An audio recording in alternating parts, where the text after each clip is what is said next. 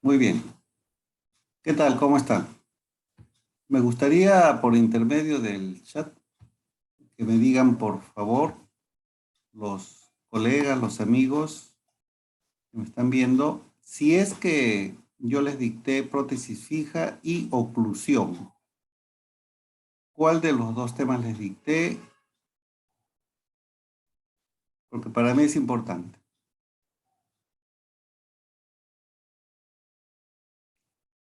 Oclusión, oclusión, oclusión, ninguno, ambos. Ya, hay de todo. Hay de todo como en botica. Perfecto. ¿Qué tal? ¿Cómo están? Vamos a ver. Para, para el tema que les he dictado antes a algunos amigos o para los dos temas, entonces van a ver, por supuesto, algunas diapositivas repetidas, cosa que puede ser novedad para algunos colegas que no les llegué a dictar. Muy bien, les agradezco vuestras respuestas y para ahí, adelante, de una vez, al grano. Veo que están ya una buena cantidad de ustedes en el aula virtual y como saben, me gustaría que ustedes en todo momento se comuniquen por medio del chat, que yo aproximadamente cada 3, cada 5 minutos estoy revisando para ir contestando todo lo que sea posible en ese momento, ¿ya? Muy bien, entonces vamos a empezar con el tema de prótesis fija. Repito, para los demás amigos, esta es una prótesis fija con un enfoque convencional, de tal manera que no nos salgamos de ese cuadro, porque es lo que se estila, lo que se observa en las evaluaciones para los cuales me han pedido que diga.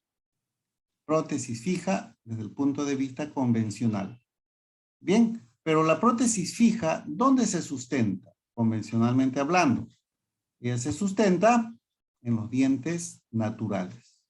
Son dientes naturales que están totalmente sanos o dientes naturales que tienen alguna necesidad previa de tratamientos odontológicos, como puede ser una restauración pequeña, grande o inclusive endodoncia, dependiendo las necesidades, pero, vuelvo a repetir y a resumir, se trata de un tratamiento de prótesis fija convencional. Muy bien. Si nosotros estamos intentando manejar elementos o aditamentos protéticos que se sustentan en el diente natural, entonces tenemos que comprender que tenemos que aprender de la biomecánica. ¿De quién? De los dientes naturales. Una biomecánica que para los jóvenes nuevos que me están escuchando probablemente sea algo aparentemente ya sobreentendido cuando están leyendo estos textos. Sin embargo, partiendo de eso, se dan cuenta ustedes de estas dos flechitas que están casi en sentido de 180 grados, implica una explicación necesaria. La flechita roja implica aparentemente una intensidad y una dirección de fuerzas cuando existe el cierre de máxima intercuspidación. Perfecto. Casi siempre se empieza estudiando la oclusión en esa posición, en esa ubicación de máximo contacto dental. A pesar que los dientes anteriores en la máxima intercupidación no deben tener contacto dental apretado como en los dientes posteriores, sin embargo, existe una posición de mayor acercamiento entre ellos y cuando existe el apretamiento natural, la carga que recibe el diente superior, el incisivo en este caso, va en esa dirección. No dirigida en el sentido axial o longitudinal de la pieza dental, sino lateral oblicua, o si quieren llámenle también tangencial. Voy a diseñar aproximadamente la dirección en que va la raíz y la corona de una pieza dental anterior superior y una pieza dental anterior inferior. Esas líneas un poco curvadas que me han salido significa aproximadamente el eje axial o longitudinal, tanto del diente superior como inferior. ¿Y qué nos han dicho en oclusión? ¿Cómo deben ser dirigidas las cargas? Siempre en sentido vertical, longitudinal, axial. Pero estas piezas dentales anteriores en oclusión no dirigen las fuerzas en sentido axial. ¿Se dan cuenta? Las dirigen más bien en sentido transversal, oblicuo, longitudinal, no. ¿Estamos? Podría decirse entonces que esas fuerzas que reciben en el cierre, tanto los incisivos superiores y con su contraparte los incisivos inferiores, son dirigidas en sentido diferente a su longitud. Y nosotros y ustedes sabemos que el periodonto de las piezas soporta cargas longitudinales, axiales, verticales, ¿cierto? Por lo tanto, repito, podría pensarse que no son fuerzas fisiológicas.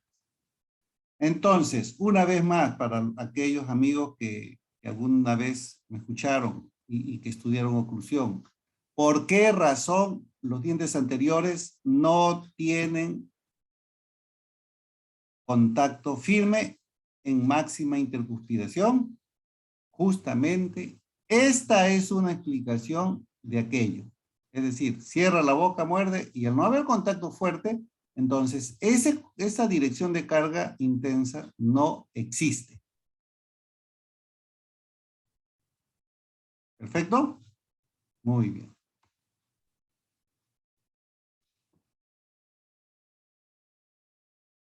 Muy bien. Perfecto. Eso es lo primero que debemos de saber cuando de la biomecánica de la función de los dientes anteriores se requiera saber. Número 1, punto 1, los dientes anteriores no reciben cargas axiales. Punto número 2, existe un máximo acercamiento más o menos a este nivel, donde está el punto rojito que estoy poniendo con el puntero. Punto número 3, la dirección de cargas va en sentido horizontal, oblicuo, tangencial, pero no axial. Punto número 4, no son nocivas porque no existe tal intensidad de cargas como podrían estar pensándose originalmente. ¿Estamos? Muy bien. A partir de ese principio, vámonos a las piezas posteriores, es decir, premolares y molares. Observen las flechitas, la dirección de las flechitas. ¿Sí? Arriba, abajo. Parece que estuviéramos hablando de oclusión pura, pero no, solamente estamos hablando de una partecita de eso.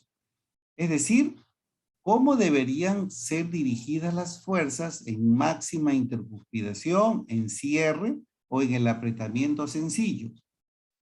En las piezas posteriores sí deberían de tener la dirección como lo marcan las flechas. En sentido axial, en sentido longitudinal. Perdonen por la curva de mi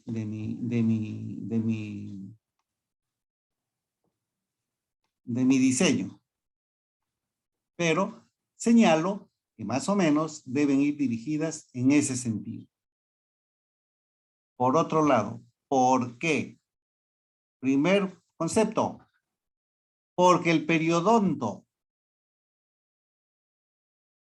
de estas piezas están preparadas para soportar perfectamente cargas funcionales en intensidad fisiológica, en sentido axial, en sentido longitudinal. Algunos dicen en sentido vertical, otros dicen en sentido del eje mayor del diente, que es corono radicular.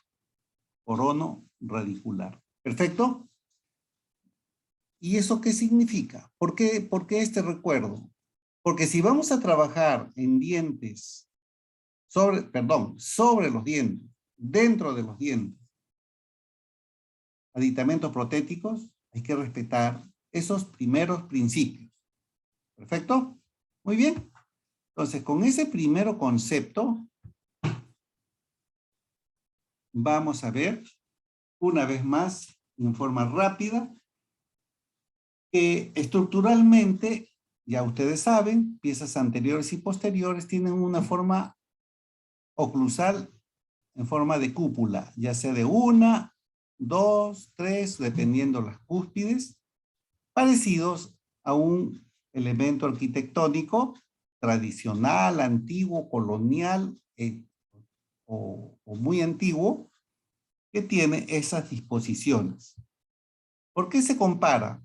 Porque a pesar de que los conocimientos arquitectónicos, los conocimientos de ingeniería, de la construcción de iglesias, en este caso, no eran tan perfectos como lo son hoy, ellos sobreviven a lo largo de los tiempos. Por supuesto, no todos, dependiendo también del tipo, calidad de suelo, pero a nivel de la estructura, que es lo que nosotros podemos observar, vemos que una cúpula, como la de la iglesia, o dos, se parecen a las cúpulas o cúspides que tienen los dientes. ¿Por qué se parecerán tanto? Acá ven ustedes un techo del primer piso, en la iglesia, que parece al techo de la cámara pulpar. Seguimos lateralmente, observen, lateralmente la línea verde señala el parecido a las partes laterales de la corona. Y finalmente, el piso se parece al piso que existe debajo o a continuación hacia adentro de la cámara pulpar. Es decir, circunstancias y elementos, repito, que son importantísimos para mantener la estructura de una pieza dental. Todo es un conjunto y todo debería de cuidarse. Sin embargo, no todo, evidentemente, es comprensiblemente cuidado ni por los pacientes y en algunas circunstancias tampoco se tiene la precaución de cuidar por parte de algunos de nosotros, los profesionales. Como ustedes ven, las múltiples flechitas que están alrededor de esta cúpula, en todas las direcciones, simplemente implica que esta media esfera recibe muchas líneas o infinidad o infinitas líneas por encima que componen el conjunto o media esfera. Pero si observamos en un corte transversal a esa hemiesfera, observamos que si está compuesta por ladrillos, la parte externa son más anchos y cada uno que por la parte interna. De esta manera, si son más anchos por fuera que por dentro, el conjunto tridimensionalmente hablando hace que este elemento arquitectónico tenga una estabilidad y que no se esté derrumbando de por sí. ¿Por qué? Porque si existiera solamente el peso, la fuerza que tiene el peso de los elementos o una carga que vaya por encima de ellos, digamos, dirigida sobre el ladrillo que está más arriba, simplemente esa carga es distribuida, dividida en las múltiples líneas o en las infinitas líneas que habíamos señalado inicialmente que componen una cúpula, como en este caso. Es decir, la fuerza no se concentra en ese punto donde es recibida, porque si la recibe en ese preciso momento, se está distribuyendo, se está difuminando, se está dividiendo infinitesimalmente sobre mucho de lo que soporta o de lo que está constituido todo el elemento arquitectónico. Y tienen una fuerza en una molar, una fuerza en un incisivo, superior o inferior, cómo se van dirigiendo las cargas hacia todos los lados. Aquí dice, ante una compresión, transmitiendo el peso a los sectores laterales. Por lo menos en esa disposición ya tenemos una primera explicación del por qué la forma histológica que tienen los elementos o los tejidos dentales, como son acá afuera los prismas del esmalte, que tienen de promedio una disposición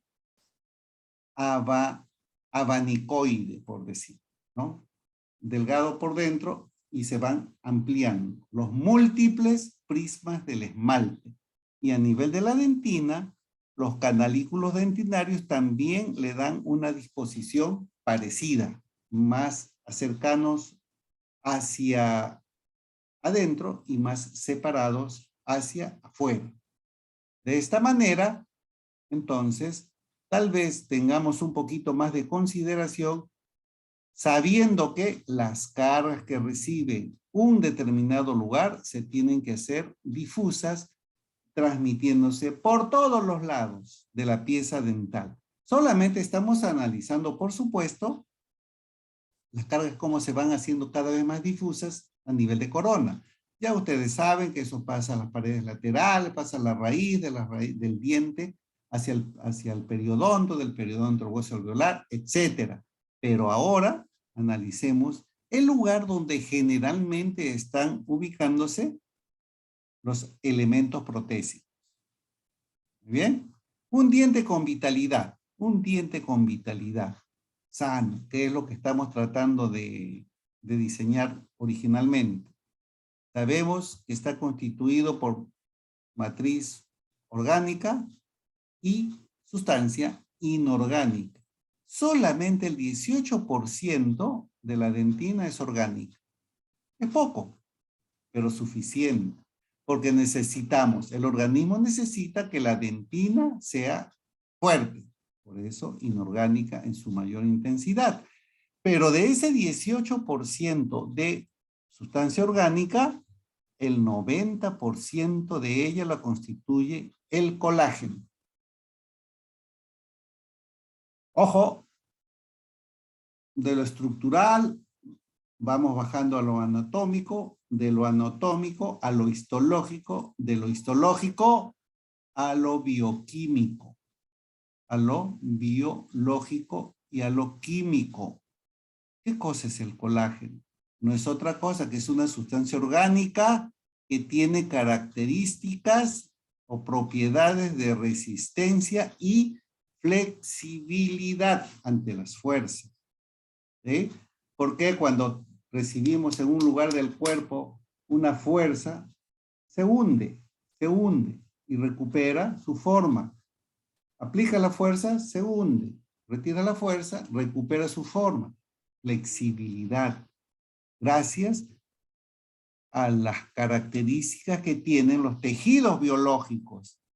¿Y quién le da principalmente esas características al cuerpo, al organismo? El colágeno.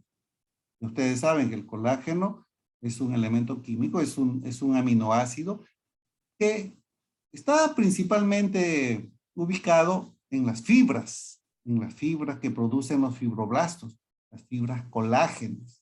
Bien, eso le da resistencia. ¿Por qué? Porque amortigua Y al amortiguar lo hace flexible. El esmalte es más rígido que la dentina debido a que tiene colágeno. Entonces, en función a todo eso que vamos analizando, nos vamos a dar cuenta que si seguimos hablando de la biomecánica de las piezas frente a las fuerzas verticales, analicemos un poquito, algo más, que así como los dientes anteriores reciben principalmente fuerzas oblicuas o tangenciales o laterales o horizontales inclusive, también actúa el efecto cúpula ante estas otras fuerzas. Si bien es cierto, ni los dientes ni el periodonto de las piezas posteriores están preparados para soportar grandes cargas de este tipo, oblicuas, pero tampoco vamos a negar que en algún momento de la fisiología reciben cargas, aunque no sean tan fuertes, reciben cargas. ¿Por qué no se fracturan cuando reciben este tipo de cargas? ¿Por qué si aplicamos una fuerza como la que está señalando esta flecha, ¡pac!, no fractura el diente o no lo divide o no lo separa de la otra cúspide? ¿Por qué será? Porque no son independientes, no son separadas, porque están unidas. Una cúspide está unida con otra cúspide por un elemento que se llama los rebordes marginales, como lo estoy señalando acá. Mesial, reborde marginal distal, rebordes que unen cúspides, como al que le llaman a veces la línea oblicua o reborde transversal. Y ya ustedes saben cuando han estudiado anatomía dental que hay vertientes internas que al unirse con la otra vertiente interna que viene de la otra cúspide se llaman rebordes triangulares, ¿verdad? Entonces, todo es un conjunto, todo es una forma biológica maravillosa para soportar las cargas potentes, por supuesto, dentro de lo que se puede llamar cargas funcionales, evidentemente. ¿Bien? Por supuesto, todo tiene su límite, pero ya estaríamos escapándonos de lo que es función. En conclusión, un diente natural, un diente sano, es una estructura hueca, pero con estos dos términos que ojalá se acuerden para toda la vida. Primero, que es laminada, porque una carga que recibe en un punto fluye inmediatamente hacia todos lados, de preferencia, por igual. Es laminada. Las láminas múltiples, las láminas infinitas que van de un lado a otro, reciben, distribuyen y diseminan una carga que si se concentrara en un solo punto podría ser nociva, pero al diseminarse se convierte en una carga considerada como normal, como funcional, fisiológica. Y el segundo concepto es que todo diente vital también tiene la característica de ser pretensada. Es decir, si recibe una carga, cualquiera sea menor o mayor, puede deformarse gracias a la capacidad que tiene el colágeno de la sustancia orgánica. Se puede deformar, entre comillas, por la amortiguación que recibe, sin vencerse. Es decir, recuperando su forma después de ser recibida la carga. Vuelve a su posición original. ¿Perfecto? Muy bien. Hasta ahí un resumen de pocos minutos en cuanto a qué característica tiene aquella estructura que recibe o que puede recibir una prótesis fija. Estamos hablando de prótesis fija. Perfecto, muy bien. Pero los dientes a veces ya no están en esa condición. Los dientes a veces ya están con alteraciones. Ya recibimos a piezas dentales con mayores o menores destrucciones, que son por motivos que escapan en ocasiones a nuestras capacidades profesionales, como por ejemplo una caries pequeña, caries mediana, caries amplia, fracturas dentales, y que nosotros tenemos que decidir qué hacer con esa pieza dental ya alterada. ¿Qué tanto de alteración tiene la pieza dental para yo poder rehabilitarla? Eso es cuestión profesional. Evidentemente, uno de los factores que nosotros podríamos realizar como una terapia es la endodoncia. Entonces, una endodoncia que muchas veces implica para que posteriormente sea rehabilitada con un elemento protésico. ¿Sí? A veces no, por supuesto. A veces una endodoncia simplemente requiere ser rehabilitada o restaurada con un elemento de operatoria dental, como puede ser una restauración simple o compuesta. Pero la mayoría de las veces ya hay que colocar un elemento protésico. Puede ser una pequeña incrustación, inlay, preferiblemente onlay, un overlay. Es decir, que cubra, que proteja toda la cara oclusal. Entonces, vamos a analizar un poquito. Si analizamos hace un rato al diente natural sano, ahora analicemos qué pasa cuando ya tiene un tratamiento endodóntico. Antes se decía, algunos años antes se decía, que, por ejemplo, un diente con endodoncia ya es un diente estructuralmente reseco, deshidratado, por eso era más quebradizo. Era un mito. Hoy es considerado un mito. Algo de cierto debe tener, pero no tanto como la frase que la razón por la cual se quiebra es porque ya está reseco, porque no tiene pulpa. Otro, que ya un diente con endodoncia es un diente debilitado. Otro, que todo diente con endodoncia obligatoriamente necesita un espigo. Otro más, que los espigos reforzaban a los dientes con tratamiento endodóntico.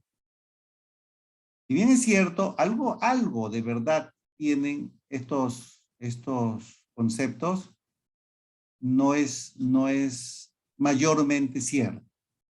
Porque, bueno, efectivamente fueron formados en base a observaciones clínicas. Y después los estudios científicos fueron demostrando que si tienen algo de cierto, debe ser una pequeña parte.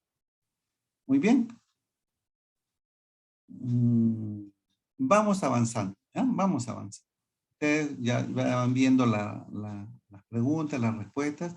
Imagino que ya las tienen dentro de sus patrones de conocimientos y si no, ahí está como para que vayan practicando. En realidad, los dientes endodonciados presentan diversas características. Estamos estudiando, repito, el pilar de una prótesis fija. Ahora con los dientes con endodoncia. ¿Qué factores estructurales maneja una pieza dental que tiene ya un tratamiento endodóntico? Factores estructurales. De hecho, que los procesos cariosos más la preparación de cavidades ya van destruyendo, ya van minando el estado original de laminado y pretensado que existía. De hecho, cuando mayor sea la destrucción cariosa, cuando mayor o más amplia sea la preparación de cavidades del profesional, irán destruyéndose cada vez más ese concepto de laminado y pretensado. Es decir, cuidado, mucho cuidado.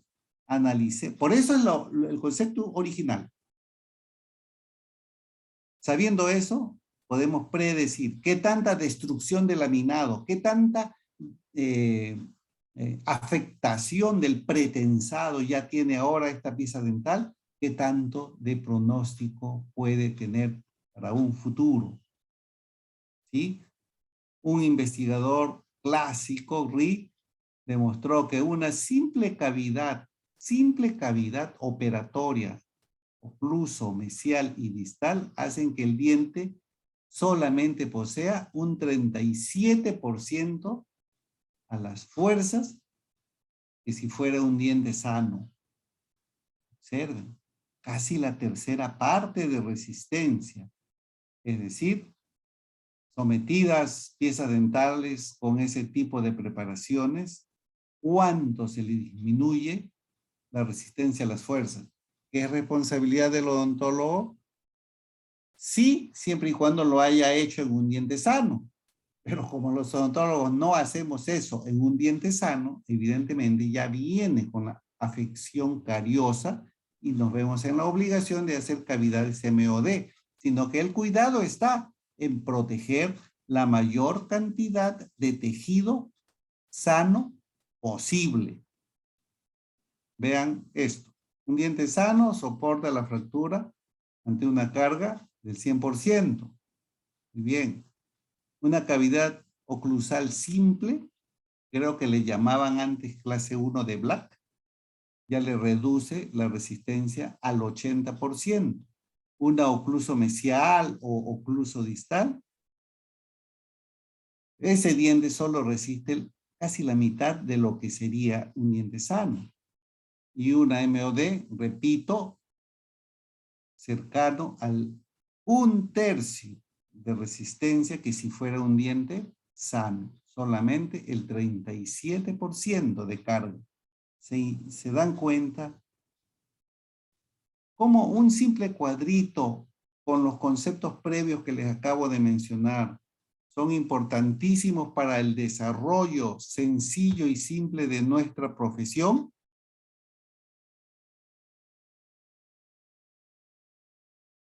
¿Perfecto? Perfecto. ¿Cuánto de carga necesitamos usualmente para masticar una comida relativamente dura, como puede ser un trozo de carne relativamente fuerte? 60, 80 kilos de fuerza normal. A ver, señores, agarren con una mano, o con las dos manos, una pesa o una resistencia, o los que van al gimnasio, un peso de 80 kilos de fuerza y levántenlo con sus dos manitos. Evidentemente, les hablo a los odontólogos promedio, no les hablo a los odontólogos físico-culturistas, no. A las odontólogas, ustedes que están aquí presentes, no lo hagan de una forma irresponsable. Vayan a un gimnasio y busquen una pesa y levanten 80 kilos sin malograrse ni las espaldas ni las otras articulaciones del cuerpo. ¿Ya? Eso resiste, entre comillas, un punto en la oclusión de un diente sano. Eso lo resiste de una manera natural. Esa es una demostración clínica de cómo está funcionando esos dos conceptos de laminado y pretensado en la boca sin hacerse daño. Pero sí podría fracturar en otras circunstancias. Por supuesto, cuando el concepto de laminado y pretensado, evidentemente, perfecto. Evidentemente yo tampoco aguanto tanto peso, pero el ejemplo fue para que se den cuenta ante alguna pregunta que acaban de hacer, un ejemplo clínico de cómo funciona eso en el diente. ¿Ah? Todos los tejidos del organismo son relativamente flexibles, evidentemente unos más que otros. De todo el organismo, el menos flexible es el esmalte. Tiene su flexibilidad, tiene su 5% de matriz orgánica. Eso le da esa flexibilidad mínima, pero le da. La dentina tiene el 18%, más flexibilidad. El hueso va por ahí también, más flexible. Y evidentemente los que siguen ya son tejidos más blandos, mucho más flexibles.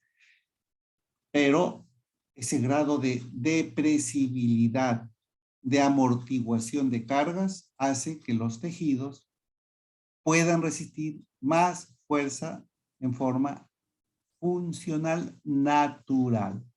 ¿Ya? Y eso es, por eso es la resistencia que tienen algunas piezas dentales que no la tendrían si es que la carga se concentrara en un solo punto.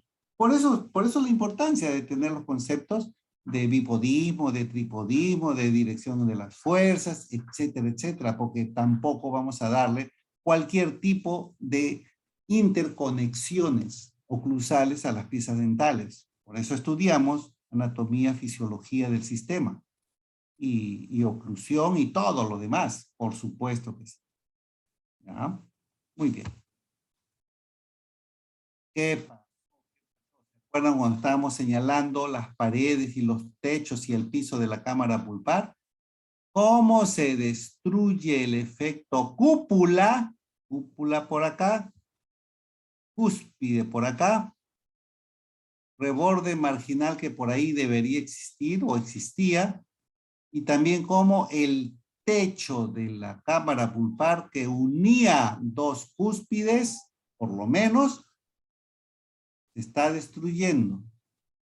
Ajá, el endodoncista lo está destruyendo. No, si es una terapia real, normal, formal,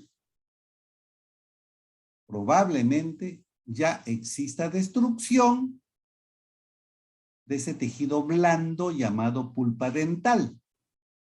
Lo que hace el profesional es tratar de liberar ese tejido enfermo para ser realizado un tratamiento de endodoncia, pero de un tejido mucho más adentro, que llega hasta el ápice, inclusive, ustedes lo saben. Y si tiene que liberar el techo de la cámara pulpar, pues tiene que liberarlo, porque de lo contrario, probablemente lo que quedaría es perder la pieza dental y entonces ¿de qué estamos hablando? ¿Cierto? No se trata de decir que tenemos que conservar todo lo que es tejido, tampoco, por supuesto. Y si habláramos de eso, entonces, prevención y prevención y prevención para que las personas no tengan caries, por supuesto que ese es el ideal, ¿no? Estamos hablando de lo que existe en la realidad. Bien, si hay que quitar el techo completo es porque seguramente en algún momento, en algún punto ya hubo una invasión hacia la cámara pulpar. Bien, pero ¿qué es lo que está pasando? En una cavidad, por muy profunda que sea, oclusal, ocluso proximal, las paredes que se dirigen hacia las cúspides tienen una determinada altura y un determinado grosor. Pero cuando se afecta la cámara pulpar y se tiene que perder el techo, las paredes se convierten en doble o triplemente más largas, más altas y por lo tanto con mayor riesgo de fracturar. Crack por aquí o crack por allá. ¿Se dan cuenta? Se perdió el sistema de laminado y pretensado. ¿De qué estábamos hablando? De que debería mantenerse, evidentemente. Para terminar con los factores estructurales, ya les había mencionado la importancia de los rebordes marginales. ¿Sí? El refuerzo circunferencial, los rebordes transversales. ¿Ah? La instrumentación endodóntica solo reduce la resistencia del diente en un 5%. O sea, si tenemos un diente que recibe el profesional con una afección pulpar, radicular, que tiene que hacerle en la endodoncia, ya este diente vino con una disminución notoria, entendible, comprensible de su resistencia. de la destrucción parcial del laminado y pretensado ya vino con esto. Entonces, ahora partamos de ahí. ¿Cuánto más le quita el endodoncista a esa resistencia que ya está disminuida? No significa que el tratamiento de endodoncia le quita solo el 5% de un diente sano. No, solo lo disminuye un 5% de la capacidad de resistencia que ya tiene ese diente como ha llegado afectado. Bien, por lo que se concluye que la disminución de la resistencia de estos dientes tratados endodónticamente, sobre todo a la pérdida de estructura coronal y no directamente a la propia endodoncia. Por ejemplo, ¿ustedes creen que es lógico pensar que un endodoncista haga una amplitud tan desmesurada de un canal radicular? Evidentemente no. Si yo le tomo una radiografía, una pieza dental que fue realizada en otro consultorio y me encuentro con una imagen como la que estoy señalando, evidentemente yo tengo que aplaudir a ese colega, porque aún teniendo tanta destrucción radicular, laminado y pretensado terriblemente destruidos, ha hecho el intento por mantener la pieza dental en la boca. Y yo tengo que rehabilitarlo. Evidentemente tengo que ver pronóstico. Y el paciente tiene que saber ese pronóstico. Y si el endodoncista fue sincero, ya le tiene que haber indicado, señalado al paciente el pronóstico. Y lo más probable es que este diente, su tratamiento definitorio era la exodoncia, pero tal vez tuvo un acuerdo con el endodoncista y realizarse este tratamiento hasta que dure lo máximo posible dentro de las capacidades que tiene un profesional o dos profesionales de mantener la pieza dental el mayor tiempo posible. Bien, no se trata de juzgar a nadie. Inclusive les dije, hasta yo podría aplaudir a este odontólogo por convencer al paciente de que lo más importante es tener sus piezas dentales sanas con periodonto, que evidentemente tiene que ir sanando el proceso periapical. Ahora, los odontólogos también, como cualquier persona, a veces son muy escrupulosos, a veces son muy prácticos. ¿Qué diría la mayoría? No pierdes tiempo. Exodoncia, implante. Y se acabó el problema. Prótesis sobre implante y se solucionó el problema. Evidentemente, con mucho respeto, también es otra alternativa. Pero son alternativas. ¿Ya? Muy bien. Muy bien. No se trata que el dentista, yo no quiero pensar que el dentista hizo una remoción excesiva de la dentina. No quiero pensar eso, evidentemente, ¿no? Sino que ya vino con mucha destrucción y que el dentista, el endodoncista lo que quiso hacer fue mantener al máximo posible la pieza dental ya afectada en esta intensidad.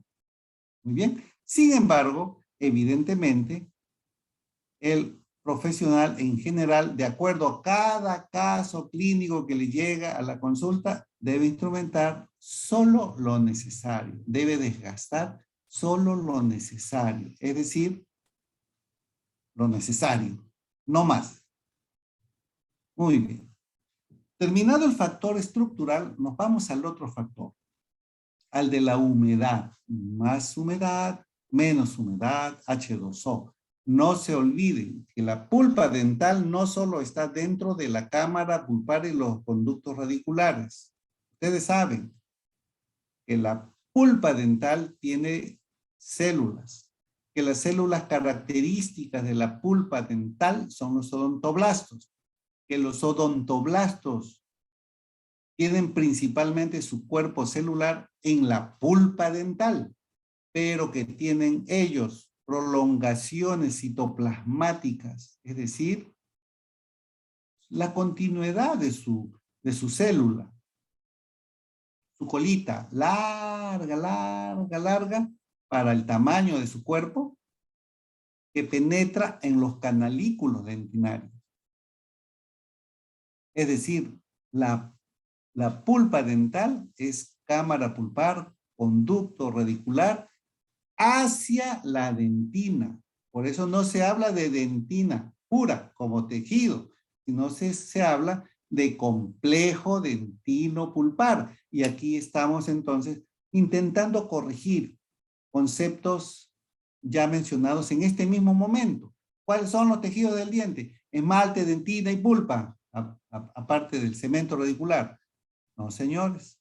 Esmalte, sí. Dentina, sí. ¿Pero qué cosa es dentina en realidad? Complejo dentino pulpar. Ahora sí. Y si quieren, pulpa y cemento radicular. Entonces, la palabra dentina un poco como que es parcial, ¿verdad? Muy bien. Fibrillas de Thomas, efectivamente. TOMS, o como me dijo mi profesor, hace más de 20 y tantos, 30 años creo, Tomes, fibras de Tomes, como así se escribe efectivamente. Muy bien. Entonces, este investigador, abajo está, demostró que no existe sustento para el mito que proponía que la deshidratación después del tratamiento endodóntico de por sí debilita la estructura dentinaria. Pues ya habíamos encontrado que disminuía así hasta en un 9% esa humedad. 9%. Sí, disminuye, claro, por supuesto. ¿Lo hace menos húmedo? Claro. Y el agua, pues, es un elemento constitutivo importantísimo del organismo, del planeta Tierra, de la superficie del planeta Tierra. Tiene su gran porcentaje de agua. El organismo de los seres vivos tiene mayor o menor porcentaje de agua. El ser humano tiene mayor o menor porcentaje de agua. Y muchos de los elementos que aparentemente son inertes, como la madera, etcétera, tienen su porcentaje de agua en su constitución histoquímica, ¿cierto? Y eso le da capacidades de compresión, capacidades de resistencia, capacidades de tensión. Pues si el colágeno es el elemento de resistencia por excelencia de la sustancia orgánica, el agua es el elemento de resistencia por excelencia de la sustancia inorgánica. ¿Por qué? Porque la capacidad de amortiguación dentro de la estructura del cuerpo, ¿cierto? Bien. El tercer término es la sensibilidad deprimida. Aquí hay otro elemento. El primero fue estructural. ¿Y ya viene disminuido estructuralmente? Sí, viene disminuido. De acuerdo a la destrucción cariogénica o de origen carioso, pues, ¿no? O por mano del profesional que limpia, que cavidades para obturar. Sí, claro, claro. Del endodoncista que saca la humedad del complejo dentino pulpar, pues no le queda otra, pero solamente es un 9%, que disminuye su resistencia en un 5% por el proceso de preparación endodóntica. Puede ser, claro que sí, va disminuyendo. Una cosa le va sumando a la otra, pero no le echemos la culpa a uno de ellos principalmente, sino yo le culparía ahora principalmente a la sensibilidad deprimida. Y ustedes saben de lo que se trata. Acá, los dientes y el periodonto tienen un efectivo sistema de protección biomecánico como lo vimos hace un rato, ¿no? Ante las cargas funcionales y cargas excesivas. Pero también aparte por la presencia de receptores de la pulpa. Claro, evidentemente, ya hemos visto cómo un diente sano resiste un 100% de carga y uno con MOD solo el 37%, pero ese es in vitro, in vitro. Ponlo en una mesa, ponlo en un cubito y mándale fuerza, 5 kilos, 50 kilos, 80 kilos, hasta que se rompa. Perfecto. Y eso evidentemente no es en la boca. Porque en la boca, yo te diría ahorita, si tuvieras una balanza conectada acá, yo te digo, a ver, aprieta con 50 kilos, ahora con 80 kilos, ahora ponle 120 kilos, a ver si se puede en primer lugar, a ver si la dirección de cargas en segundo lugar, y a ver si tus receptores sensoriales lo permiten. ¿Ah? Los receptores son parte importantísima ahora. Y estamos hablando de histología. Y más allá de histología, de citología. Cuando hablamos de receptores de la pulpa, estamos hablando de prolongaciones citoplasmáticas de las neuronas que a través de sus fibras o prolongaciones longitudinales que a veces son muchos centímetros de largo para terminar en lo que les llamamos hoy día terminaciones nerviosas o receptores, ¿sí? Claro, un receptor es parte de una neurona que tiene su origen por allá en el sistema nervioso central y lo tengo acá en el pulpejo del dedo o en el periodonto. Ahí está una terminación de una neurona, por lo tanto es una terminación nerviosa. Evidentemente cada fibra, cada nervio tienen pues muchas prolongaciones citoplasmáticas que conforman el cilindro eje o axón y por lo tanto nos da esa interconexión del medio externo con el medio totalmente interno del sistema nervioso central. ¿Y por qué les digo esto? Que un diente con un tratamiento endodóntico, evidentemente, aparentemente ya no tiene receptores nerviosos pulpares, aparentemente. Pero ¿se acuerdan que les decía que hay prolongaciones citoplasmáticas que se meten en los canalículos? Y que esos canalículos pueden llegar hasta el periodonto, prácticamente atravesando tal vez el cemento radicular, y que si nosotros recordamos, y si ustedes han visto en algún momentito cuando analizaban en sus capacitaciones endodónticas que no existe un único canal radicular, sino que a nivel de raíz se considera hoy día como un sistema de canales de la pulpa dental. Es decir, no existe un solo canal. Son uno, no, dos, más, varios canales que pueden ser longitudinales, horizontales, oblicuos. Es decir, existe una comunicación pulpa, periodonto, no solamente a nivel apical, sino lateralmente, porque esos canales laterales, horizontales, terminan saliendo por, llamémosle pues, agujeritos hacia el periodonto. Por lo tanto, periodonto y pulpa tienen comunicación en diferentes momentos de su longitud radicular. Por lo tanto, si pierdes pulpa, podrías estar perdiendo receptores sensoriales periodontales o viceversa. Si tienes un diente sano con estas características mencionadas, el diente sano recibe cargas y la pulpa recibe la intensidad y luego se manifiesta el mecanismo de defensa sensorial, pulpar, periodontal. Y sí, señores, se ha demostrado que un diente tratado endodónticamente es 57% menos sensible al ocluir excesivamente. Imaginemos que tengo mis dos molares, primeras molares, superior e inferior, sanas totalmente. Agarro un elemento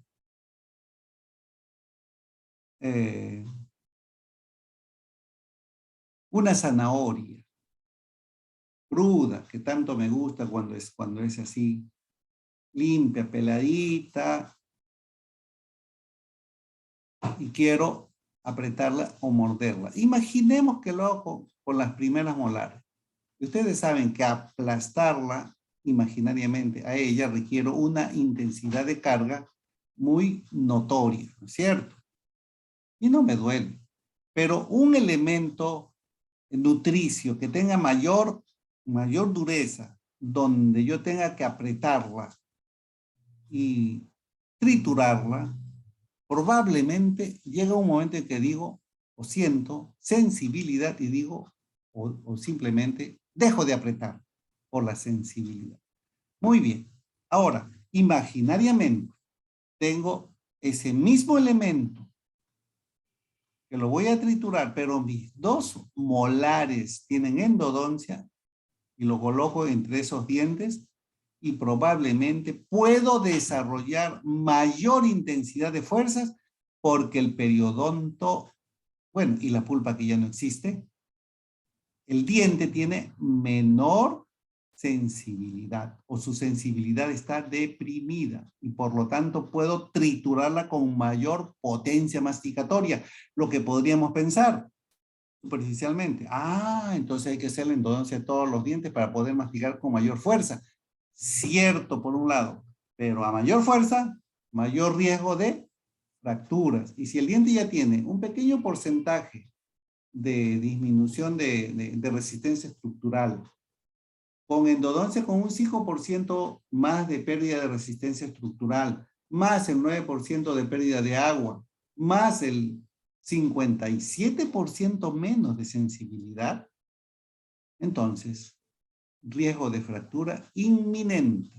Y cuidado, si no manejas la oclusión con las cúspides de trabajo que deben recibir las cargas y en las lateralidades desocluir las piezas posteriores, entonces estamos condenando al diente a que se fracture en el menor tiempo posible o ante la circunstancia inmediatamente posible. ¿Se dan cuenta? Ahora, todos estos factores van sumando para que el diente sea relativamente más fracturable. El otro factor es el factor secuelas. El factor secuelas de un diente tratado endodónticamente también es importante. No necesariamente todo, pero de a poquito, con los otros factores se le va disminuyendo su resistencia. Aperturas camerales muy amplias. Bueno, yo recuerdo cuando un profesor endodoncista en una conferencia decía, observen ustedes esta apertura, no llega a visualizarse los 1, 2 o los 3 canales que tiene normalmente esta pieza dental. Entonces mostró esa y luego mostró otro. A continuación, apertura mucho más amplia donde se veía claramente en una diapositiva el inicio de los canales radiculares que salían del piso pulpar hacia adentro. Hoy día se habla de los tratamientos endodónticos mínimamente invasivos. ¿Dónde están los ojos del endodoncista cuando está tratando de buscar los canales? ¿Dónde están los ojos del endodoncista? El endodoncista dicen están aquí, entre los dedos, yema de los dedos. Yo también les diría, cierto, pero más que eso está acá, en el conocimiento de la anatomía interna de los canales o del diente propiamente dicho, ¿no? Evidentemente tengo que usar mis espejitos. Por supuesto que hoy día con la tecnología se puede ver microscopios, uso del microscopio para hacer endodoncias, uso del microscopio, perfecto. Pero hablemos entonces de que hacer todo lo posible por eliminar la menor cantidad de tejido sano, cuidando en lo posible lo máximo que pueda quedar de laminado y pretensado de los tejidos. Entonces, aperturas camerales muy amplias puede ser un problema negativo. Otro, el efecto cuña por los inlays metálicos. Bueno, cada vez se usan menos metales en incrustaciones, en buena hora, ¿no? Ya inlays, efecto oclusión, puntos de contacto que caen exactamente en el inlay, en el elemento protésico. Revienta el diente, revienta las paredes. Los inlays pues, no deben de recibir puntos de contacto. Ah, qué bien, perfecto, que no lo reciba. Pero el elemento alimenticio a lo mejor sí se mete en ese fondo de fosa donde está la inlay. Y entonces termina reventando. Por eso es mejor las onlay. Sin embargo, hay que cuidar de ese aspecto y hay que tenerlo como característica simplemente para predecir todos los tratamientos, bueno, odontológicos, y si quieres llamémosle restauradores o rehabilitadores, deben de tener predictibilidad. Antes se le llamaba en forma muy simple, ¿cuál es el pronóstico? ¿Cuánto tiempo me va a durar, doctor? Ya, me cuesta, caramba, qué bien que cobra usted, 100, 200, 300 dólares. Perfecto, doctor. ¿Y cuál es la garantía? Predictibilidad. Claro, tú no le puedes hablar de garantía porque no es un objeto extracorpóreo, es algo de la salud, de la masticación, de la función. Pero tienes que predecir, tienes que tener el concepto bien claro del pronóstico, de los tratamientos. Y el pronóstico no se hace cuando se está haciendo el tratamiento, el pronóstico se hace en el diagnóstico. Terminado el diagnóstico, viene el pronóstico. Muy bien. Ah, por los espigos también. Espigos colados sobre todo, ¿no? Que los espigos colados ya no se usan. Efectivamente, le está ganando el concepto de adhesión, de espigos prefabricados, anatomizados con resina. Efectivamente, efectivamente. Pero que los espigos fracturan a las piezas dentales. Bueno, a mí me enseñaron espigos colados en primera intención, en primera instancia. Y por supuesto, lo que yo hacía 10, 15, 20 o más años, casi hasta la actualidad, también son espigos colados, que reventaron las raíces. Mentira. ¿Por qué? Porque para hacer un espigo colado requieres hacerlo como se debe de hacer. Cuando ustedes quieran, se les dicta una clase de estrictamente espigos como se debe de hacer para hablar una hora por lo menos. Como tiene que hacerse.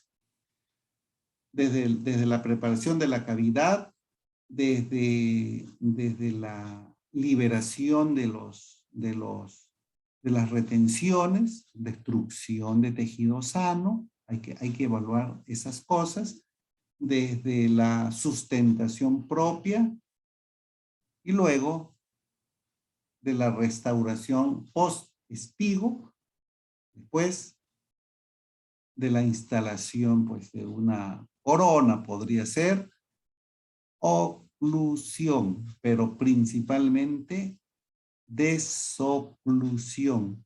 Y ahí tienen espigos de más de 20, de más de 30 años, sin ningún problema. Y también he visto muchísimos espigos escapados de su lugar cuando no son bien hechos, ni colados ni prefabricados. O sea, no es discusión de que cuáles son mejores. ¿Ya?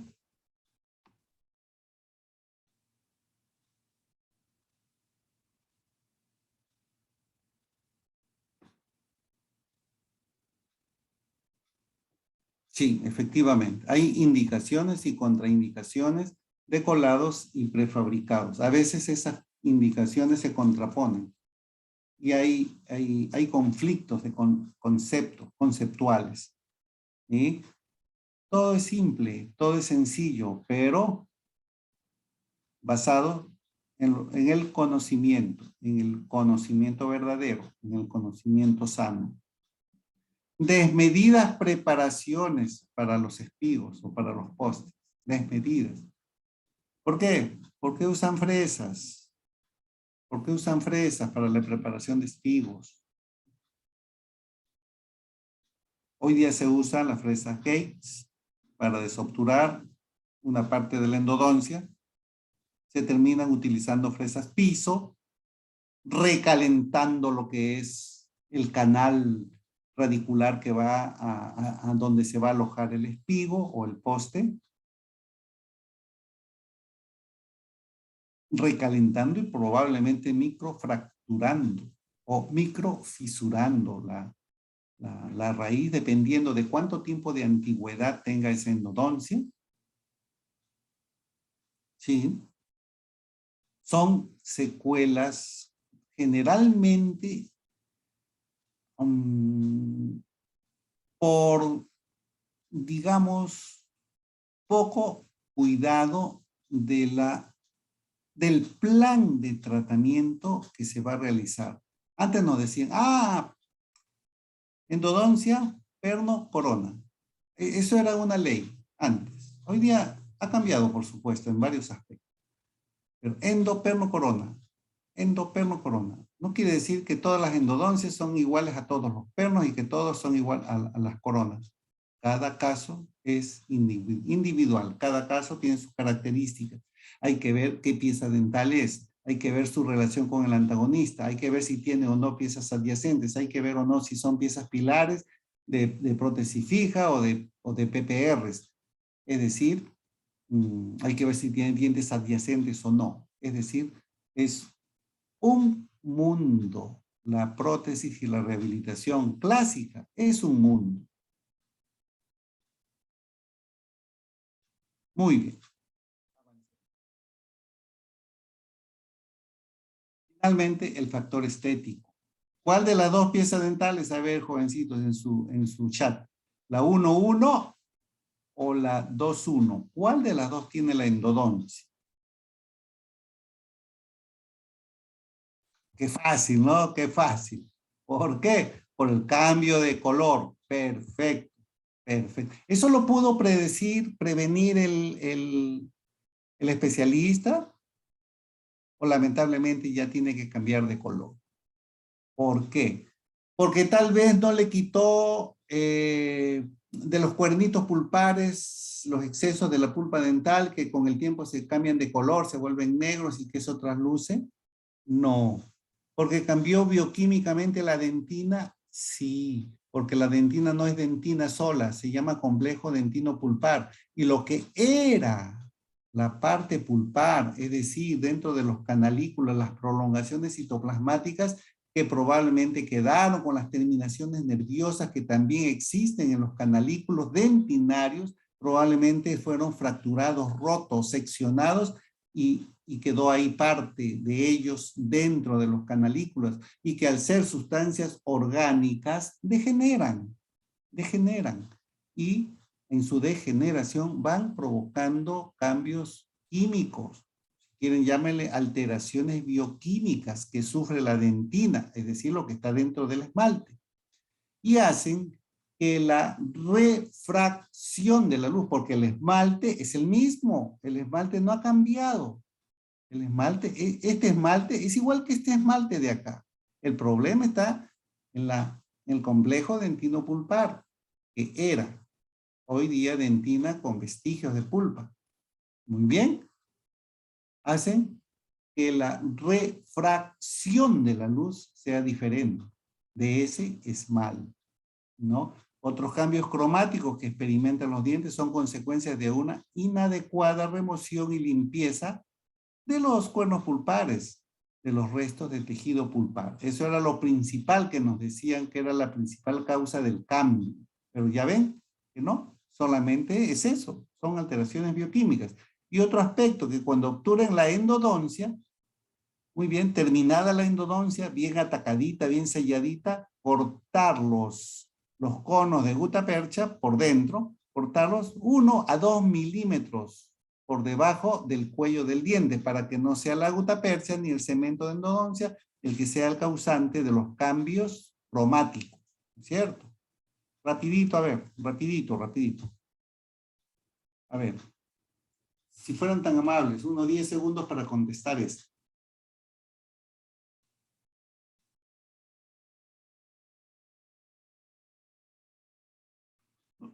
A, B, C, D o E.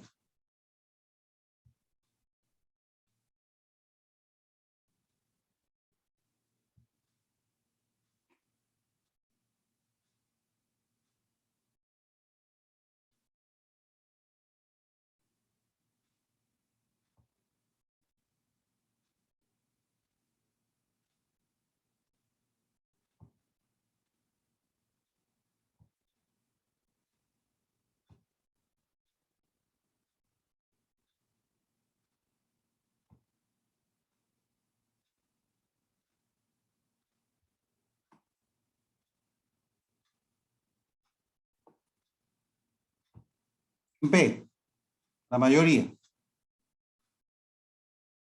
Perfecto.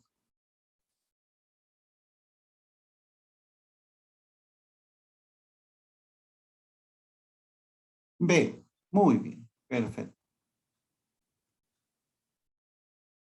Una más. 10 segundos más. A ver, 10 segundos.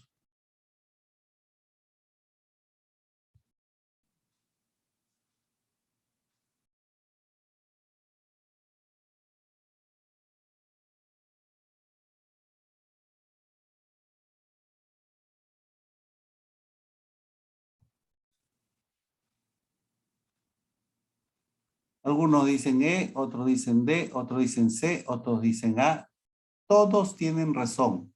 Todos tienen razón. La A es verdadera, la D es verdadera, la C es verdadera, la D es verdadera. Por lo tanto, la respuesta es E. Todas son correctas, ¿cierto? Muy bien. La mayoría lo puso al final. Perfecto, perfecto. Muy bien. Ah, hubo una pregunta. Doctor, entonces, ¿es conveniente usar o no usar las fresas piso? Hoy día yo también enseño en la universidad desobturar con fresas piso. Primero porque es más rápido, pero recalienta.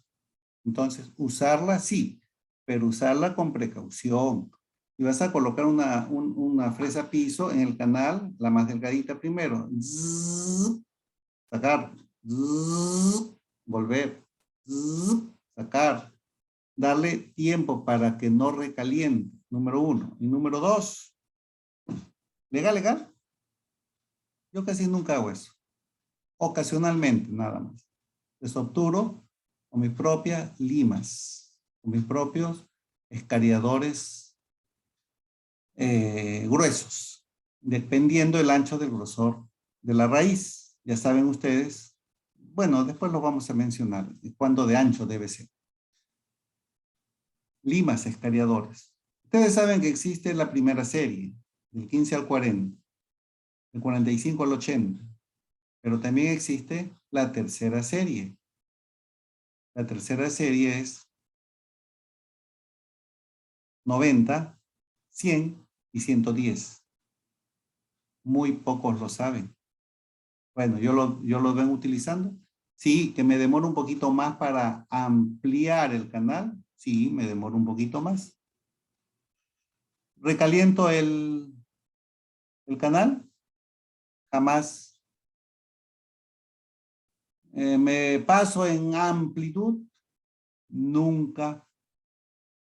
Me paso en longitud. Menos. ¿No ves que tengo tope? Y lo manejo con el tope.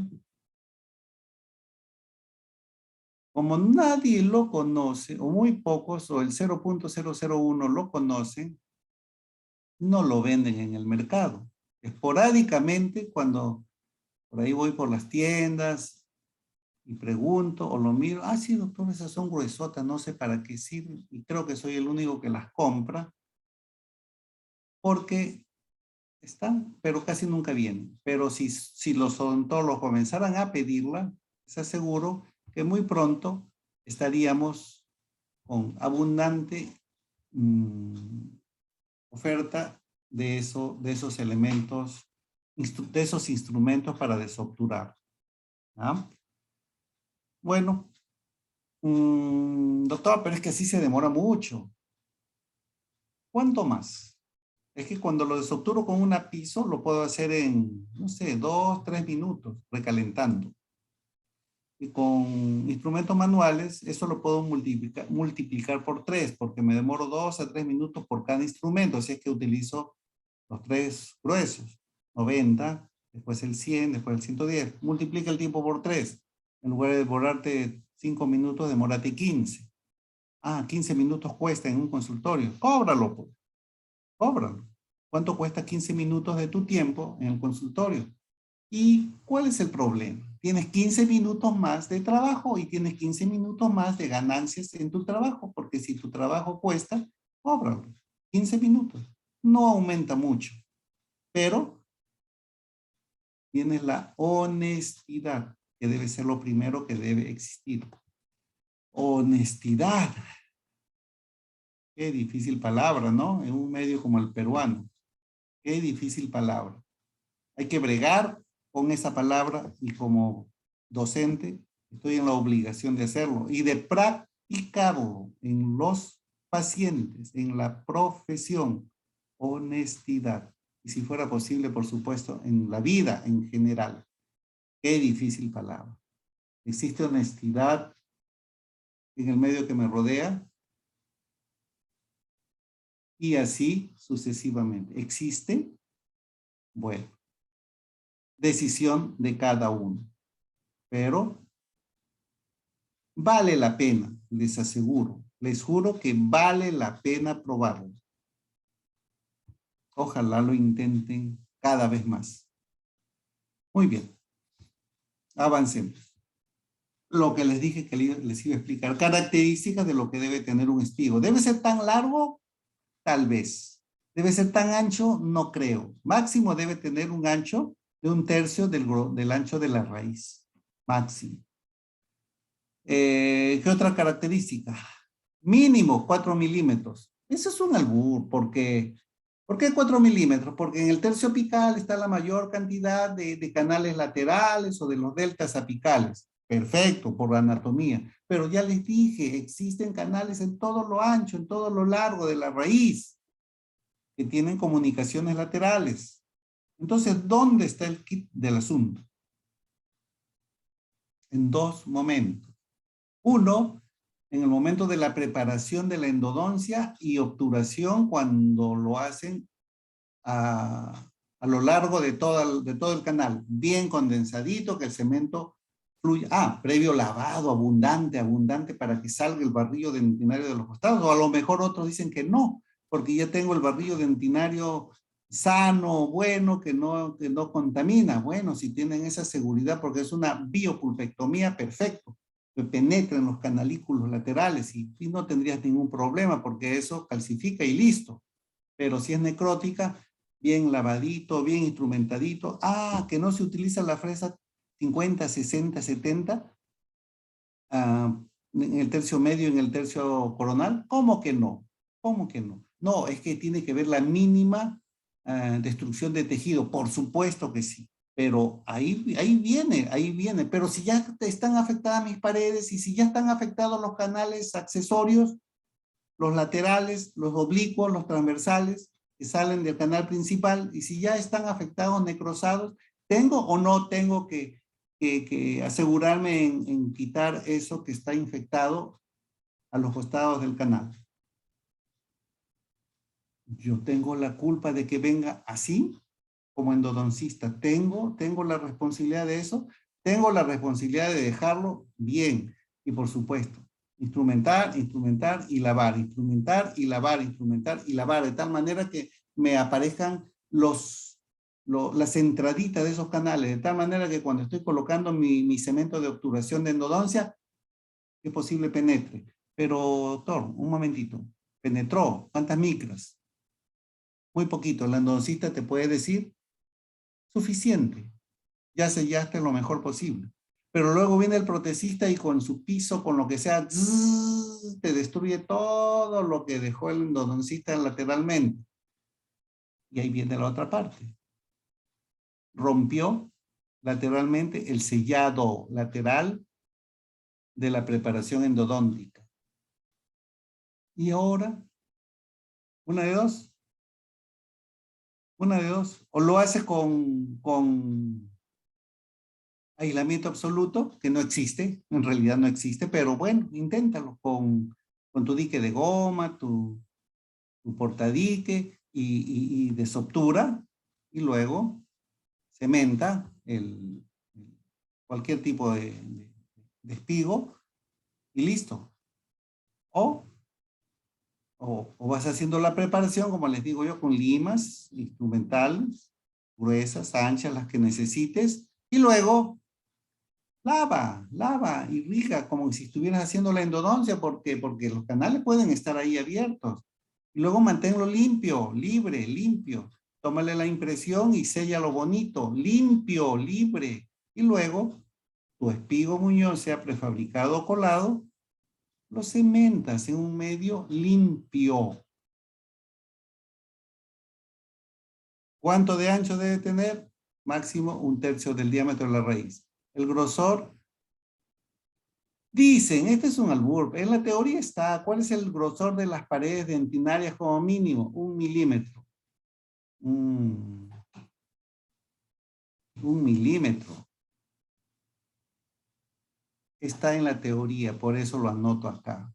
Pero si yo tengo un ancho de dentina lateral por acá de 1 milímetro, ya tengo que anotarlo en el pronóstico. Negativo. Ahí va a fracturar. Ahí hay comunicación lateral, obligatoriamente. Y asegurar el efecto suncho o abrazadera, como está la imagen aquí abajo. La corona que venga encima va a sellar en los márgenes dentales. Dentinario, en el mejor de los casos. Abrazadera. El margen, el sellado marginal cervical de las coronas no es en el espigo, sino en el diente. Por eso, así como acá, marginalmente en el diente. Fibular, sellado marginal en el diente. ¿Ah? Muy bien. Sí, por supuesto, claro que sí. Sí, podríamos decir, divido la raíz en 3/3 y respeto el tercio apical. Claro que sí, también. Hay otro criterio. El espigo, o sea, lo que va de aquí hacia acá, hacia la punta del espigo, debe ser de promedio mínimo de una longitud de 1 a 1, comparativamente con la corona completa, ¿ya?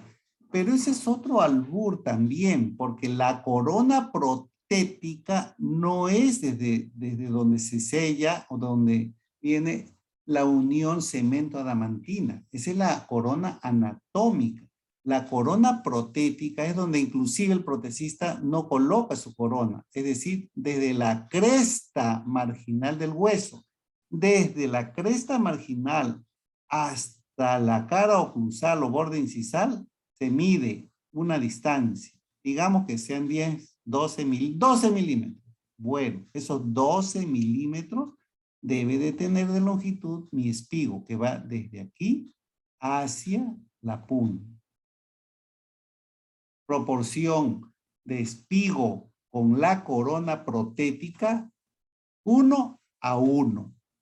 Ahora, si el espigo es más largo, mejor, evidentemente, estructuralmente, mecánicamente, mejor soporte. Pero por supuesto, eso es hablando de espigo, pero hay que hablar también del remanente radicular, del tejido. Muy bien. Yo tengo un perno perfecto, decimos a veces, tengo un espigo, tengo un poste perfecto en longitud, bien sólido, bien, cumplí con todos los requisitos. Muy bien. ¿Y el remanente?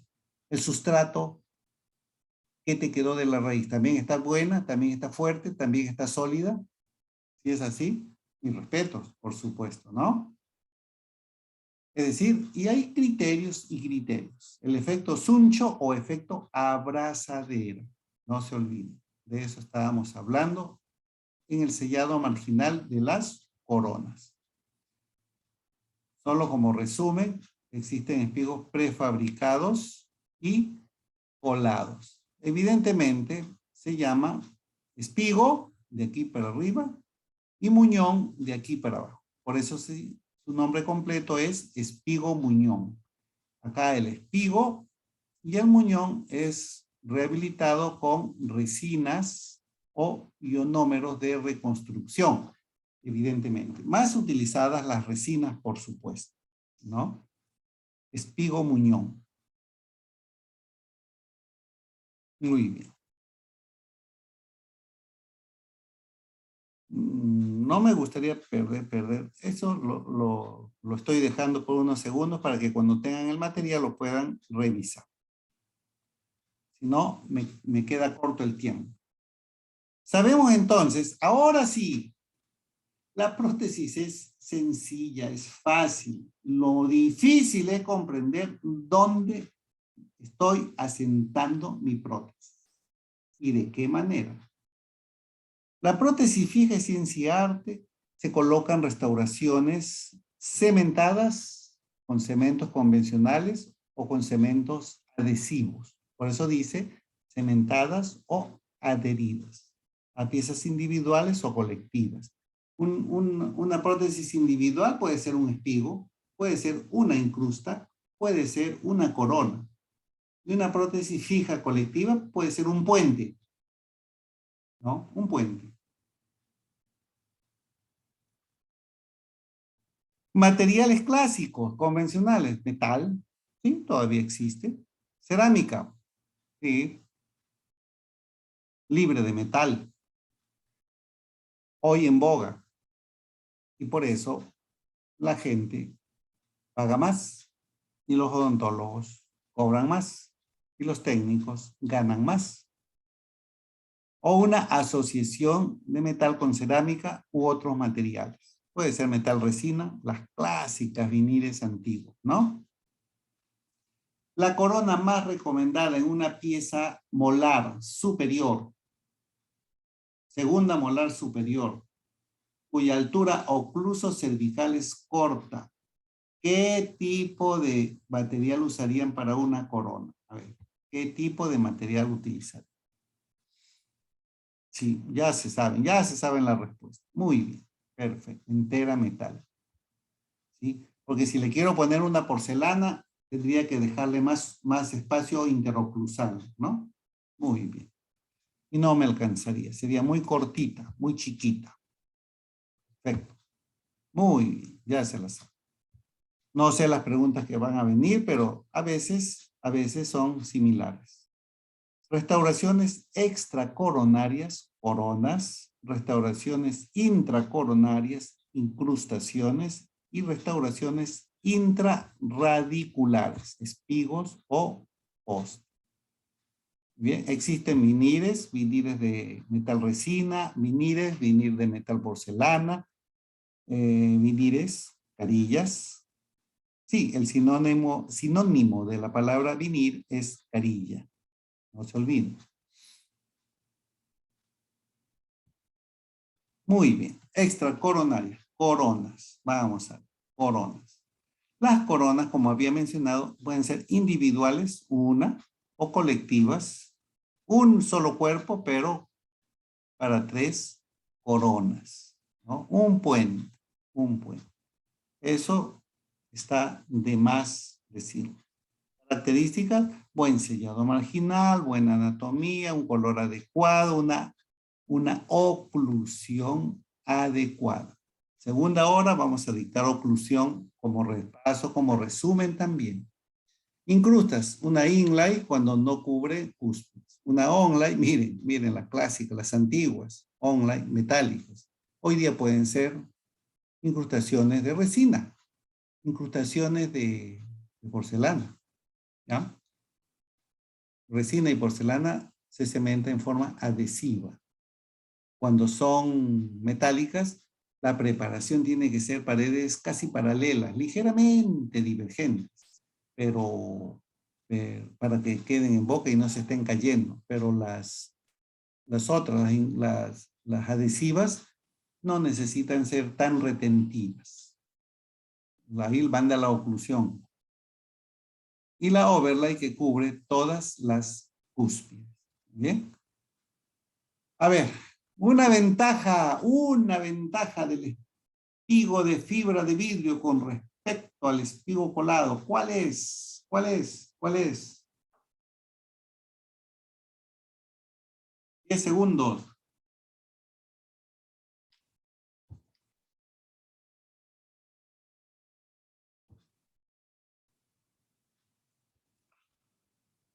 Similar módulo de elasticidad a la dentina. ¿Perfecto? Perfecto.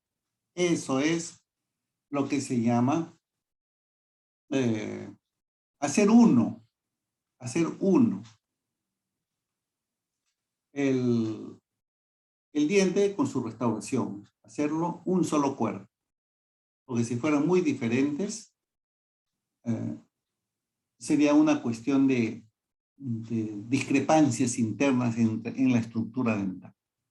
Gracias, lo veo que están participando un buen porcentaje de ustedes. Muy bien. Avancemos.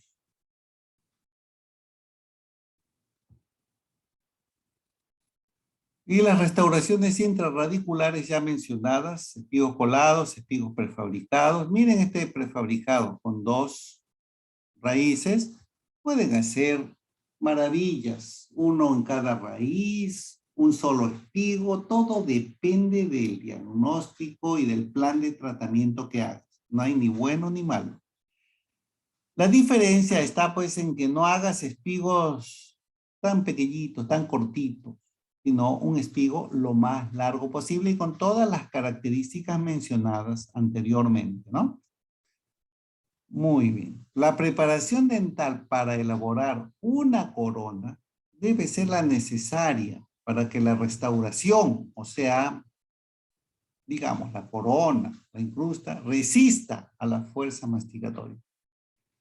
Esta propiedad de resistencia del elemento protésico, ¿cómo se llama?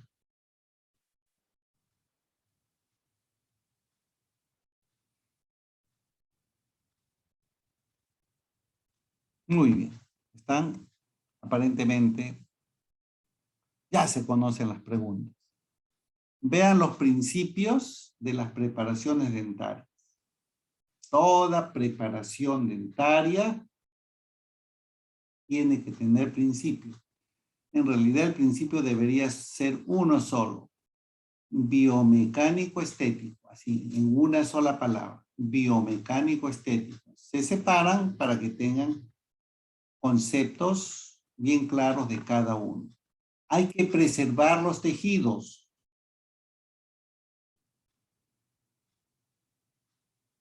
Evidente.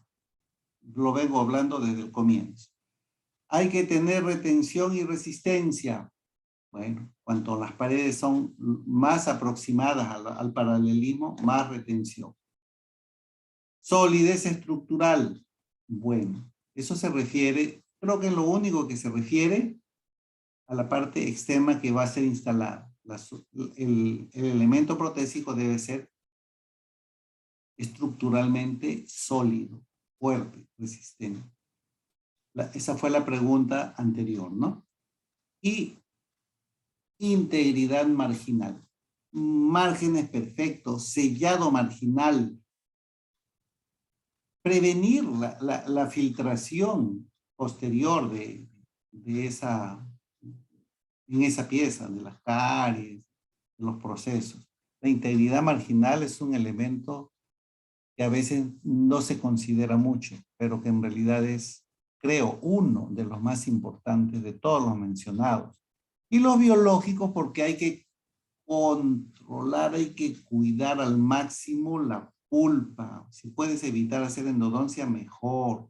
Hay que cuidar al periodonto, la dirección axial de las fuerzas. El periodonto, la gingiva es parte del periodonto, ¿no? El sellado marginal. Vamos a ver algunas cositas del periodonto. Y manejar la oclusión. Oclusión y desoclusión perfectas, funcionales. Y la parte estética, por supuesto, que hoy día la gente, las personas pagan por estética, ¿no? Pagan por eso. Muy bien.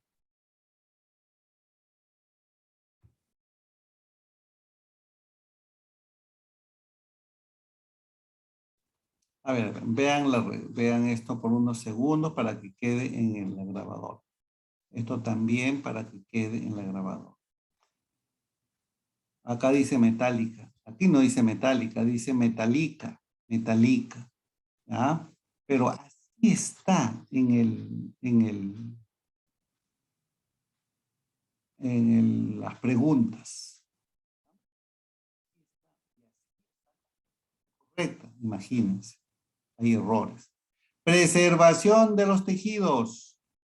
De la pulpa, evitarla, el exceso de irritación pulpar, que puede llegar a la necrosis. Retención y estabilidad. Las cargas oclusales, evidentemente, lo más paralelas. Sin ser paralelas, procurar el paralelismo ligeramente expulsivo. Repitamos esa un ratito. Ya se la saben las respuestas, pero si no, ahí. Seguimos. Estabilidad. Puentes en bandera. Fuerzas por un lado, se despega por el otro. Cúspides cortas o coronas demasiado expulsivas. Igualito que si fuera en bandera. Presiona por acá y se despega por el otro lado. Estabilidad ante las cargas oblicuas. La retención es evitar el despegue en sentido cruzal. Y la estabilidad es evitar el despegue por fuerzas laterales. La estabilidad es por fuerzas oblicuas o laterales. ¿Cuál de las preparaciones dentarias que evita el dislocamiento frente a fuerzas oblicuas es la estabilidad? Solidez estructural. Quiere decir que cuanto yo más desgaste mi diente, acá, más ancho, más grueso y más sólida es mi restauración, mi corona. Pero estoy pensando solo en la solidez estructural. Antes de pensar en eso, tengo que cuidar en el primer concepto. Preservación de los tejidos. Cuanto menos desgaste mi diente, más delgadita me va a salir mi corona. Entonces, son dos elementos que se tienen que equilibrar. Desgastar lo mínimo, pero que la corona me salga sólida. Es buscar un equilibrio. Qué interesante. Qué interesante. Buscar un equilibrio. Siempre decimos, desgasta, dale un grosor de 2 milímetros oclusalmente, porque con 2 milímetros oclusalmente, la porcelana es sólida, ya sea porcelana pura o porcelana sobre metal, porque el grosor promedio mínimo es 1,5 milímetros para que la porcelana sea estructuralmente sólida, ¿cierto? Más 0,5 del metal son los 2 milímetros. Y aquí está. Desgasta poquito y tu corona será delgadita. Desgasta lo necesario y tu grosor de la corona será estructuralmente adecuada. Porque si tú gastas poquito para que al final la corona anatómicamente y oclusalmente sea perfecta, te va a salir muy delgadita el sellado marginal, te va a salir muy delgadito. Pero el técnico no permite eso. El técnico te lo hace de 2 milímetros. Porque, doctor, no puede, doctor. Si se lo hago de este grosor, se va a fracturar. Ah, ya, tienes razón. Entonces, ¿qué me faltó? Retocar más, desgastar más, te digo. No, pero es que a mí me enseñaron preservación de los tejidos. Ya les dije, equilibrar entre preservación de los tejidos y solidez estructural. Aunque hoy día, señores, hoy día se habla de odontología adhesiva, nada más. Ya no es clásico, pero de todas maneras se los tengo que mencionar. Se habla de que el hombro, hoy día, se habla de que el hombro de las preparaciones debe ser así, filo de cuchillo. Pero la restauración ya no es con la cementación convencional, es adhesiva, es decir, entre comillas, adhesión química. Y ya no se habla de metal, se habla de porcelana, cerámica, inclusive de resina. Y te aconseja que este es como un gran bisel sumamente largo que va a evitar que se fracture. Bueno, yo soy relativamente clásico y prefiero que el grosor de mi incrustación, de mi corona, de mi elemento protésico tenga un grosor respetablemente firme, fuerte. y que donde se sella marginalmente sea gruesito para evitar que vaya a fracturar a nivel marginal. Por eso, no comulgo con que todavía no comulgo, no tengo mucha experiencia de lo que se está hablando últimamente. ¿Ya? Entonces, yo les sugiero que para los exámenes actuales todavía hablemos de estos. Hombro ancho, prudentemente ancho, por supuesto. ¿Ya? Evitar filos de cuchillo en lo posible, aunque a veces no se puede evitar. Margen en chamfer, hombro recto, hombro con bisel. Cuidar el periodonto, sellar bien el margen, que no hayan excesos. Los márgenes pueden ser subgingivales, muy estéticos, yuxtagingivales, donde termina la corona, comienza la encía, y supragingivales, que es lo que les gusta a los periodoncistas. Acá termina la corona, pero la encía está más arriba. ¿Perfecto? Y de esa manera tienen mejor salud gingival, pero los periodoncistas hablan pues de tener a un paciente constantemente controlado a nivel periodontal. Placa bacteriana controlada. Sellados marginales de las restauraciones buenos, por no decir perfectos, clínicamente perfectos. Sobre todo, controles periódicos muy rígidos. Es decir, tener al paciente parte de tu familia. Realizar el ajuste perfecto es imposible. Va de 20 a 200 micras. Más perfecto es el de 20 micras. El de 20 micras es clínicamente perfecto. Pero perfecto, perfecto, si lo vemos al microscopio. No, pues, hay una desadaptación de 20 micras. Y 20 micras es muy poquito, por supuesto. Sin embargo, las bacterias miden entre 1 y 5 micras. Tenemos que confiarnos un poquito de todas maneras en el cemento. Sí, pero no por eso, pues, desadapte tus coronas 200 micras o más de 200 micras, porque entonces el sellado marginal ya es cemento, y eso tampoco se considera, ¿no? Muy bien. No se olvide, salud periodontal y diseño de prótesis previenen recesión gingival, inflamación, ausencia de papilas, esos triángulos negros que se notan sobre todo en los incisivos, o traumas oclusales. Los traumas oclusales son problemas de oclusión. A ver si hablamos más tardecito de eso. Entonces, hay que ubicar correctamente el margen de la prótesis. Un buen ajuste ahí. No solo eso, sino esa prótesis a nivel marginal estrictamente pulida. La gingiva le gusta pegarse a una superficie súper pulida y no se molesta. Se adhiere inclusive a una superficie pulida. Y la solución yuxtagingival, que es, digamos, el término medio, que no le da ni invasión a la encía y le deja libertad al margen para que la higiene sea adecuada. Algo así como esto. Imaginen que son coronas, pero hasta cierto lugar. De ahí para abajo es parte de la raíz del diente, donde hay pues recesión previa a las coronas, y de esa manera protegemos la salud gingival.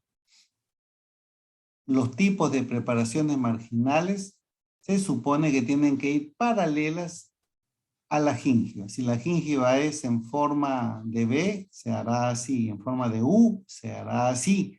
El festoneado gingival se respeta. Si no, vamos a conseguir esto. Ya sea porque invadimos papila o porque invadimos espacio biológico. El espacio biológico es sagrado. Dijimos, evitar filo de cuchillo, porque así los márgenes van a ser muy delgaditos de la restauración y hay que evitarlos. no se pueden evitar en los incisivos inferiores. No se pueden evitar, ahí se da filo de cuchillo. Pero la oclusión tiene que ser la adecuada. Máximo contacto, perdón, máximo acercamiento, pero libre de contacto. Y máxima intercuspidación. No olvidarse del perfil de emergencia. O sea, yo no puedo hacerle un perfil de emergencia más chato, más delgado o más gordo, más ancho. Tiene que ser adecuado. Esto está pésimo. Un perfil de emergencia muy grueso, muy ancho. El chaflán, el chamfer, hombro profundo en las piezas posteriores o más suave en las piezas anteriores. Las fresas, miren qué feas, qué granulosas, qué horribles que son cuando se ven a grandes aumentos, pero qué importantes y qué facilito se retira el tejido dental con mínimo calentamiento y máximo spray de tu pieza de mano para no recalentar. Pero al final, para que quede bien pulidita, evidentemente se usan las fresas de esta cinta de color amarillo o blanco y te quedan muy puliditas las preparaciones. Chaflán más superficial, hombro recto para las que son libres de metal. El hombro más ancho, de hecho, para materiales, ya sea de resina, muy bien preparada, por supuesto, por un técnico, o las coronas de porcelana libres de metal. Muy bien. Listo. Hasta aquí un resumen de lo que podría ser la parte de prótesis fija. A ver qué hora tenemos para controlar mi tiempo. 6:30 hasta las 10:30. A ver, denme 5 minutos más para irnos a un breve descanso, ¿ya? 5 minutos más. Vamos a hablar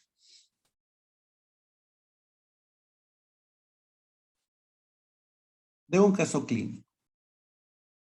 Un caso clínico donde las afecciones cariogénicas invaden la inserción gingival a nivel de la papila.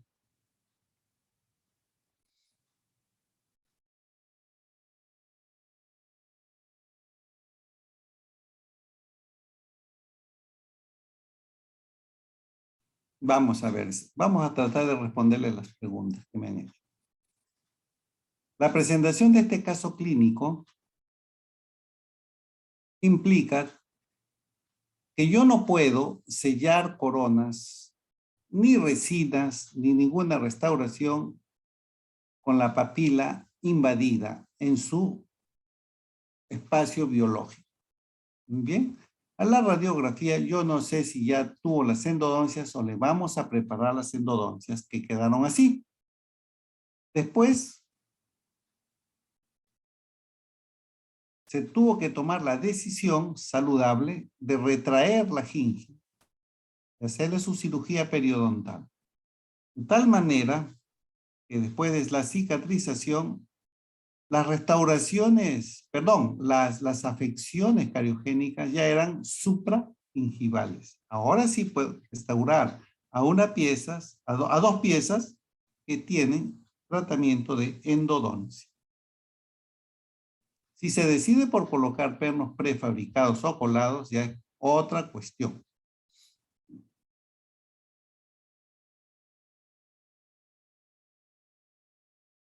Pero se planificó colocar espigos, la preparación, y aquí respondo algunas preguntas. Si la preparación fuera filo de cuchillo, de ninguna manera yo colocaría porcelanas, porque si fuera filo de cuchillo quiere decir que la porcelana terminaría marginalmente súper delgadita, como un cuchillo. Y una porcelana sumamente delgadita es fracturable. Si fuera de resina también. sobre todo si es una preparación convencional. Por eso se prefiere convencionalmente hacer una preparación más profunda. Puede ser un chamfer. Un chamfer es bonito porque el hombro, con una tendencia a ser recto, se hace curvo en toda su profundidad. Y la curvatura en la preparación ayuda en la filosofía de que ninguna preparación odontológica debe tener ángulos agudos. ¿Ah? Ese es un principio filosófico del odontólogo o del protesista o del rehabilitador y en general. Ninguna preparación debe quedar con ángulos agudos. Si hablamos de ángulos, todos son redondeados o deben de ser redondeados, como manda la naturaleza. No encuentro un ángulo inciso mesial recto, agudo. La punta de canino no es aguda. Y si la encuentro aguda en mi paciente porque ya se desgastaron las vertientes. Y eso no debe ser normal. Eso ya es parte del bruxismo, parte del rechinamiento, del frotamiento, la atrición. ¿Perfecto? Y eso no debería ser considerado normal. Muy bien. Entonces, nada angulado. Y para terminar esta explicación de cuándo usar, hombro recto. Recto, recto como dijimos, o sea, viene axialmente y el hombro recto y luego va hacia la raíz. Recto quiere decir plano, pero el ángulo interno tampoco lo hagas recto, hazlo redondeadito. Siendo el hombro redondeadito, se parece a un chanfle, pero no es porque el hombro mayormente es plano, es recto. Se aconsejan en estos casos utilizar clásicamente en las porcelanas libres de metal, porque al no tener sustento o soporte metálico, porque las porcelanas ahí se apoyan en metal, entonces tendrían que terminar el margen cervical grueso. La biomecánica clásica exige eso. Ojo, jóvenes, si alguna vez escuchan esta grabación de aquí para adelante, porque asisten a cursos modernos y actuales, a lo mejor cambió el sistema y les van a decir lo que les estuve diciendo hace un rato. Nunca hagan hombro recto, profundo, hagan hombro en bisel, tipo filo de cuchillo, porque eso se aconseja por tales y tales y tales razones. Pero todavía no entren a ese concepto contemporáneo porque ustedes se están preparando para exámenes hasta donde están las clases dictadas en las universidades actualmente. ¿Ah? Y los conceptos son tradicionales clásicos, que no son negativos, son positivos, porque cuidan ese concepto que se llama solidez estructural, sobre todo a nivel marginal. ¿Ya? Ahora sí, espero haber respondido los tipos de hombro y en qué casos usamos. Listo, ahora sí, creo que nos vamos a un pequeño break, mi estimado amigo. No sé quién está a cargo del momento.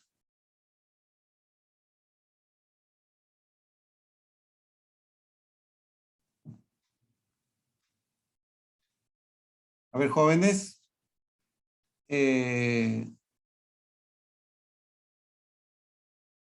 Chaflán, ¿para qué tipo de corona se usa? Chaflán, no te olvides que dijimos chaflán profundo o chaflán menos profundo. Chaflán profundo va a tener mayor solidez estructural a nivel del margen. Chaflán menos profundo va a tener menos profundidad. Bien, ¿dónde los usaría? Voy a hacer coronas. Evidentemente, si es estrictamente porcelana libre de metal, prefiero el chaflán profundo porque tengo mayor solidez estructural marginal de mi corona. Pero, doctor, la uso en todos entonces. Es que a veces no se puede, porque a veces los dientes anteriores son más triangulares. Y si yo le pongo un chaflán profundo, me quedo con muñones más delgaditos. Entonces tengo que ponerle chaflán menos profundos para quedarme con muñones más considerablemente anchos. Entonces, en los dientes anteriores se puede aceptar chaflanes no muy profundos para cualquier tipo de coronas. Y son estéticos. Yuxtagingivales de preferencia, pero si te quieres meter subgingivalmente, no te metas más de medio milímetro. Y con el sellado marginal perfecto. ¿Por qué, doctor? Adelante menos profundo. Porque en los términos de oclusión no se olvide, los dientes posteriores soportan cargas más potentes, los dientes anteriores menos potentes. Por lo tanto, se requiere menos resistencia a las cargas, tanto de los dientes como de las estructuras coronales. No necesitas desgastar tanto felizmente. ¿Ya? Metal porcelana. Ahí sí necesitas un ancho para el metal y un ancho para la porcelana. Por lo tanto, estamos hablando casi de lo mismo. Necesitas mayor grosor para las dos cosas. Para el metal 0,5 y para la porcelana 1.5 para la porcelana. A nivel marginal, procura el mayor ancho posible de la porcelana, pero no destruyas mucha profundidad de tu diente, ¿ya? Evidentemente. Muy bien. Entonces, nos vemos en unos 10 minutos, ¿de acuerdo? Para ver cómo complementamos estos principios con la oclusión pura. Dejamos de compartir un momentito y regresamos en ese tiempo. ¿Bien?